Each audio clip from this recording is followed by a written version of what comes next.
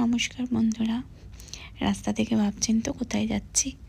হ্যাঁ, এটা হঠাৎ আমাদের প্ল্যান করা। যেই না স্কুলটা ছুটি পড়েছে ছেলের, অমনি বেরিয়ে পড়েছি।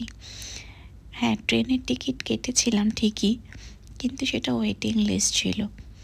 তাই জন্য ভাবলাম যে এটা কনফার্ম হবে কি হবে না, সেই জন্য আবার ফ্লাইটের টিকিট কাটতে হলো যে না, এবার বেরোতেই হবে। অনেক দিন কোথাও বেরোনো হয়নি, তাই মানে চটজলদি ডিসিশন নিয়েছি যে এবার একটু ঘুরে আসবো। বাচ্চাগুলোরও একটু মানে চেঞ্জের দরকার, আর নিজেরও। তো সেই জন্যই বেরিয়ে পড়েছি বাবা বিশ্বনাথ দর্শনে। হ্যাঁ, সাথে আর একটু অন্য কোথাও যাওয়ার ইচ্ছে রয়েছে, দেখি কি হয়। শেষ অবধি কোনো কিছুই কিন্তু প্ল্যানের মধ্যে নেই। যখন যেখানে হবে ঠিক সেইভাবেই আমরা চলে যাব, এই ভেবেই বেরিয়ে পড়েছিলাম সকাল 7টায়। ও হ্যাঁ, শেফ বাই ফ্যাশনে আপনাদের সকলকে স্বাগত। হ্যাঁ, আজকের ব্লগটা আমাদের যাত্রার। তো সকাল 7টায় সকলেই সাজুগুজু করে বেরিয়ে পড়েছি, যদিও কিছুও খাইনি সকাল থেকে। ভেবেছিলাম এয়ারপোর্টে গিয়েই কোনো রকমে কিছু একটু অর্ডার করে খেয়ে নেব।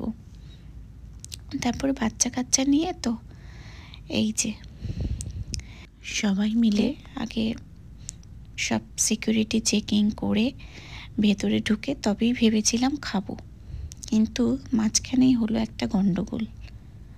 হ্যাঁ, গেট চেঞ্জ হয়ে গেছিল একদম এক প্রান্ত থেকে ঠিক অপর প্রান্তে। মানে সে আর বলার মতো নয়, হন্তদন্ত হয়ে ছোটাছুটি। তারপরে ভাবলাম আজ মনে হয় আর যাওয়াই হবে না, জানেন।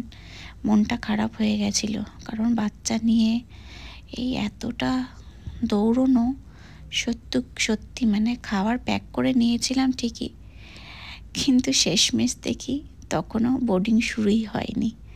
যাই হোক, চলে গেছি বারাণসী এয়ারপোর্ট, পৌঁছেও গেছি। খুব সুন্দর হয়েছিল আমাদের জার্নিটা। তো এবার বাইরে বেরিয়ে আমরা প্রিপেড ট্যাক্সির জন্য ওয়েট করছিলাম। মানে আমরা ওয়েট করছিলাম, কিন্তু ওর বাবা মানে আমার হাজব্যান্ড, সে কিছু একটা করছিল, যেরকম প্রসেস সেইগুলোই করছিল। আমরা একটু এদিক ওদিক ফটো তোলা, একটু ভিডিও করা, এইসব করছিলাম। এয়ারপোর্টটা ছোট হলেও খারাপ নয়, ভালোই। অনেক দিনের ইচ্ছে ছিল বারাণসী আসবো বলে, কিন্তু ওই যে বললাম, ভগবান না চাইলে হয়তো কখনই কোথাওই যাওয়া সম্ভব না। আর বিশেষ করে তীর্থযাত্রা কিন্তু সত্যি ভগবান না টানলে কখনো যাওয়াই সম্ভব নয়। তো যাই হোক, ভালোই এসেছি। আর ওই যে দেখতেই পাচ্ছেন আমার কন্যা সামনে বসে বেশ সুন্দরভাবে, আনন্দ তো ওদেরই বলুন। আর এই ছুটিটায় না তাদেরকে নিয়ে একটু বেরিয়ে আসা ভীষণভাবে দরকার। তো যাই হোক, আমরা চলে এসেছি আমাদের গন্তব্যস্থল, মানে বারাণসী হোটেল আমরা যেখানে ছিলাম। তো এই হোটেলটি কিন্তু আমরা শেষ মুহূর্তে বুক করেছি, আর একটু শহর থেকে বাইরে। মানে আমরা অতটা লোকালয় পূর্ণ জায়গায় থাকতেও চাইনি, একটু ফাঁকার মধ্যে ছিল, কিন্তু বেশ গোছানো হোটেল, সুন্দর হোটেল। আপনারা অবশ্যই যেতে পারেন, লে লোটাস গ্র্যান্ড, খুব ভালো পরিষেবা। আর মন্দির থেকে 6 কিলোমিটার দূর, যাওয়া আসার কোনো অসুবিধে নেই, টোটো অটো সবই অ্যাভেলেবেল রয়েছে। তো চলুন, এবার আমাদের রুম পেয়ে গেছি আমরা, এবার লাগেজ নিয়ে চলে যাচ্ছি রুমের দিকে। দেখুন কি সুন্দর গণেশ ঠাকুরটা। হ্যাঁ, আর চারিদিকে জানেন বেনারসি কাজের খুব সুন্দর ল্যামিনেশন করা রয়েছে, দেওয়ালে টাঙানো। দেখুন, এই যে আমাদের রুম, খুব সুন্দর গোছানো, যা যা দরকার সব কিছুই কিন্তু ছিল রুমের মধ্যে।